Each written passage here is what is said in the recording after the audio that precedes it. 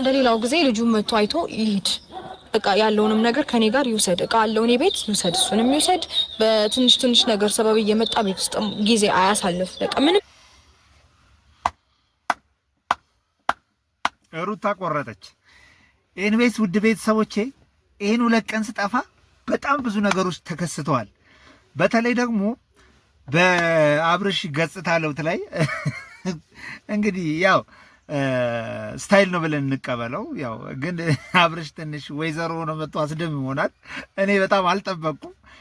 ኮፍያውን ሲያደርግ አንድ ነገር እንዳለ ጠርጥሬ ነግራችሁ ነበርና በአዲስ ስታይል በአዲስ ሀሳብ በአዲስ እንትን መጥቷል እና ስታይሉን አንጋፋውም።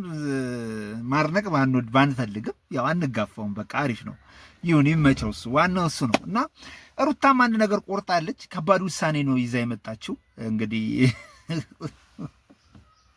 አብርሽ እንግዲህ አንዳንድ ኮሜንቶችን አይቼ በጣም እየሳኩኝ ነበር እና አብርሽ በቃ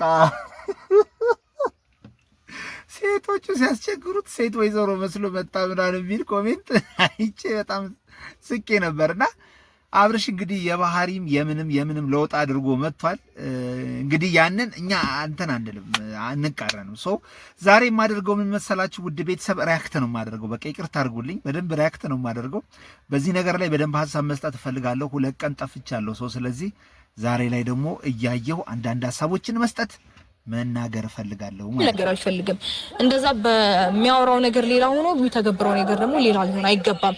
ምንድነው የሴት ልጅ እንባ ምግቡ ነው እንዴ? በዚህ ልክ እዛም ጋር ሄዶ እሷን ያስለቅሳል፣ መጥቶ እኔም ጋር ደግሞ የሆነ ነገር ፈጥሮ እኔን ለማስለቀስ እኔን ለመስበር ይሞክራል። ግን ደግሞ እውነት እንደሰራው ስራ እውነት እንዳደረገው ነገር ቢሆን ኖሮ እኔ በቃ ውሳኔ መሆን ያለበት ይሄ ነው። ሩታ ካንቺ ምን ጠብቀው ይሄንን ነበር ቁርጥ ያለ ነገር በቃ አንዴም እዛም አንዴም እዚህ ማለት። አሁን እሱ ፍላጎቱ እንደዛ ቢሆንም ግን ዛሬ ላይ ቆርጦልሽ የተናገርሽው ነገር ምንም መሬት ጠብ የማይል ትክክለኛ ነገር ነው። ሁልጊዜ ነገሮችን እንዲሁ ዝም ብሎ እየተዳፈነ እየተለባበሰ ሲቀር እንትን ያለ ይመስላል የተወደደ ይመስላል። አመለካከቱ ግን ሌላ ነው የሚመስለው። ጭራሽ መሰበር ሴት አይደለሁም። ግብ አይደለም የሴት ልጅ እንባ ይሰብረዋል የሆነ ቀን። ጥሩ አይደለም። ጥሩ አለው የእውነት አንቄ አብርሃምን ቤት ግባ በቃ ከሷ ሌላ በፍጹም መኖር አትችልም። አነ እና ቤት ነው የምትገባው ብዬ አንቄ ላስገባው ትፈልጋለህ? አብሽ ራሱ ደግሞ ይታላል። ምርጫ የራሱ ነው፣ መብቱ ነው። የፈለገው ነገር ይመረጥ። አብርሃም ፍላጎት አንተ ልትጠብቅለት ትችላለህ።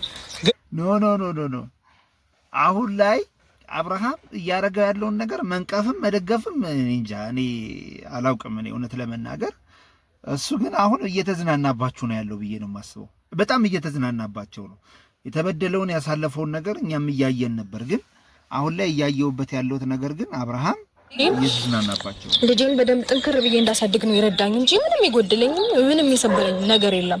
ፈጣሪ የተመሰገነ ይሁን። ስለዚህ እኔ አሁን ልል የምፈልገው ነገር አንተም ቢሆን ሐሳብህ ምንድነው? ሲቀጥል ደግሞ ወንድምህስ ሐሳቡ ምንድነው? ለምንድነው እኔ ጋር እየመጣ ሌላ አክት የሚያሳየው? እዛ ደግሞ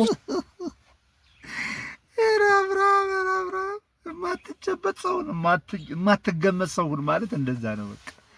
አብርሻውን ሁለቱም ቤት እየሄደ ብዙ ነገሮችን እያደረገ ነው ሰው። ስለዚህ እናንተ ከተስማማችሁ በቃ እንግዲህ በእንደዚህ አይነት ሁኔታ ቢቀጥል ምን ችግር አለው? እውነት ነው ያኑ አንዳንዴ አሁን ኤርሜላ በጣም እየተጎዳች ነው እንደዛ እየተባለ ምናምን እየተያየን ነውና ያ ነገር ከሚሆን በቃ በዚሁ መልኩ ቢቀጥልና ወይ በዚህ መልኩ ቢሄድ እነሱን የሚጎዳቸው ነገር ከሌለ ለምን አይሆንም ነው ጥያቄ ነው። አሁን እንግዲህ ሲር እንደማይፈልግ ምናምን አክት የሚያደርገው ለምንድነው ከህይወቴስ እሺ እንደዚህ እየሆነ የሚኖረው? ገባ በቃ እንደሌላው ጊዜ ልጁ መጥቶ አይቶ ይሄድ። ቤት ነው የምትገባው ብዬ አንቄ ላስገባው ትፈልጋለህ? አብርሽ የራሱ የግሉ ህይወት አለው አይደል? ምርጫም የራሱ ነው፣ መብቱ ነው። የፈለገውን ነገር ይመርጥ። ዛሬ እንዲተባለ እሺ እስከ ዛሬ ባለፈው በወሰነው ውሳኔ በሽተኛ አላችሁት። አሁን ሲወስን ደግሞ መብቱ ነው። አረ ይከብዳል። ባለፈው ልጁንና ሚስቱን ሲመርጥ እናንተ ታመነው በሽተኛ ነህ ምናምን ብላችሁ ጋገማችሁት። ዛሬ ላይ ደግሞ ጸጉሩን እንደዚህ እንደ ወይዘሮ ሲያስመስል እንደዚህ ሲያደርግ ይሄ ነገር ትክክል አይደለም፣ ይሄ ነገር እንዲህ ነው ምናምን አላላችሁም። ይሄንን አበረታታችሁ ጭራሽ ማለት ነው። እና አንዳንዴ ግን እየሄድንበት ያለው ነገር እንዴት ነው? አረ ወገን እንዴት ነው እየተረዳዳን? አረ ወገን እየተሳሰብን እንዴት ያለ ነገር ነው? እኛ እንደ ታላቅ ምንድነው ሐሳቡ?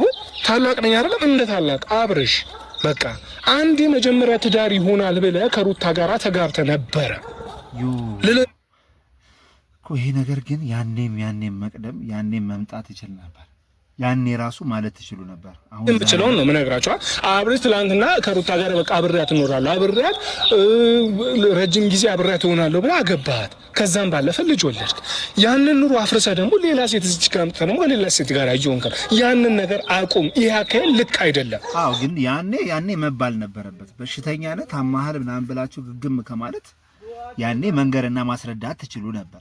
አሁን ላይ ሲፈጠር አሁን ላይ እንደዚህ ሲባል አይደለም። ይሄ እንደ ታላቅ የታየ መስመር ልክ አይደለም። አዎ ብዬዋለሁ፣ ልክ አይደለም ብዬ በቃ ከሩታ ጋር ታርቀህ በስነ ስርዓት ኑሮ ነው። እኔ አልፈልግም ማለት አይ ትኖራታለህ።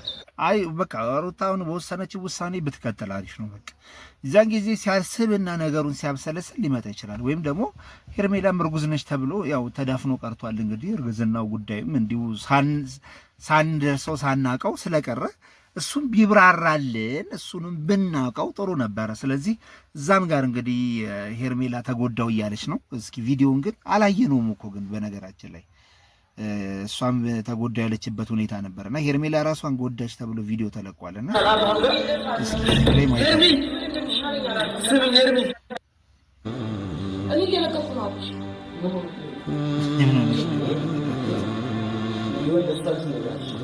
ግን ማድረግ ያለብን ነገር አንተ ተረጋግተህ የሆነ ነገር ወስን። አሁን ላይ ምንም ውሳኔ ላይ አይደለም ያለው ሰው። በዚህ መሀል የሆነ ነገር ቢፈጠርና የሆነ አሁን ደግሞ በተራ ሄርሜላ ታማለች። ይሄ ምንም የምንሸፍነው ጉዳይ አይደለም። ሄርሜላ ታማለች። ለሄርሜላ ልንደርስላት ይገባል። ምናምን ከአንተ ራስ ማንም አይወድም። ገባህ አይደለ? አብሽ አልተረዳኸኝም። ከቀን ወደ ቀን ልጅቷ ራሷን በጣም እየጎዳች ነው ያለችው። በጣም ብዙ ነገር አወራታለሁ። ነገሮችን እንትን በይ ተቆጣን በይ ብላት በቃ ውስጣን አልቆረጠችም። አንተ ምንድን ነው ሀሳብህ? ትናንትና ቆርጫለሁ። በቃ ከዚህ በኋላ አንተ ከሩታ ጋር የራስህን ህይወት ኖረ ምናምን አላልሽም እንዴ? እንዴት ይሄን ያለች ከልቧ ይመስላል? አብርሃም ገባ ከልቧ ሆና ነው ይሄን ነገር ያለች። የሆነ የቼልሲ ተጫዋች መስሏል። ግን አብርሽን አይታችሁታል? የሆነ ማውቀው የቼልሲ ተጫዋች አብርሽ ግን ያምርት ይመች ህዝቤን አንጫጫው። በቃ ርዕሰ ጉዳይ እየፈጠረ ዛሬ ላይ በጣም ራሷን እየጎዳች ሰውነቷ ያለው ነገር በሙሉ ልክ አይደለችም። የምናውቃት ሄርሜላ አይደለም፣ በጣም ጉዳት ላይ ነው ያለችው። ሰው ራሷን እየጎዳች ያለችው እየቀነሰች ጤናዋን እየጎዳች ነው ያለችው። ገባህ አይደለ? እና ስለዚህ ትናንትና ያቺ የመለሰች ልጅ ደህና ስለሆነች እኮ አይደለም በቃ የሚሆን እየመሰላት ነው። አሁን ስትመጣ ደህና ነኝ አለች። ቅድም ደግሞ ደህና አልነበረችም። ነገር ባይሆንም እንኳን ነገሮች በዚህ መልኩ አይደለም ማብቃት ያለባቸው። የትኛውን ነገሮች ሰላም በሆነ መንገድ መፈታት ያለበት። ዋው እኔ ሄርሜላ ምን እንድትጎዳ አልፈልግም፣ ግን የሆነች ታሳዝናለች። እውነተኛ አፍቃሪ ነች። በቃ የእሱን ፎቶ ሰገላ የእሱን እንትን ብላ በጣም በቃ የምትገርም ነች እና ሊረዳት ይገባል። አሁን ሁለት ቤት አለ አንተ አሁን ስንት እኮ አንድ ያጣል እንኳን ሁለት ሶስት እውነት አንድ ያጣል። አብርሃም ይሄን ነገር ብታስብበት ይሻላል። ተረዳኝ። እስከ መቼ ነው የምጠብቀው እንዴ? እስከ መቼ ነው እንትን የምትለው አንተ? መጠበቅ ያለበት አይ ዳኒ መካሪ ሆኖ ሲመጣ እንደው ኧረ በለ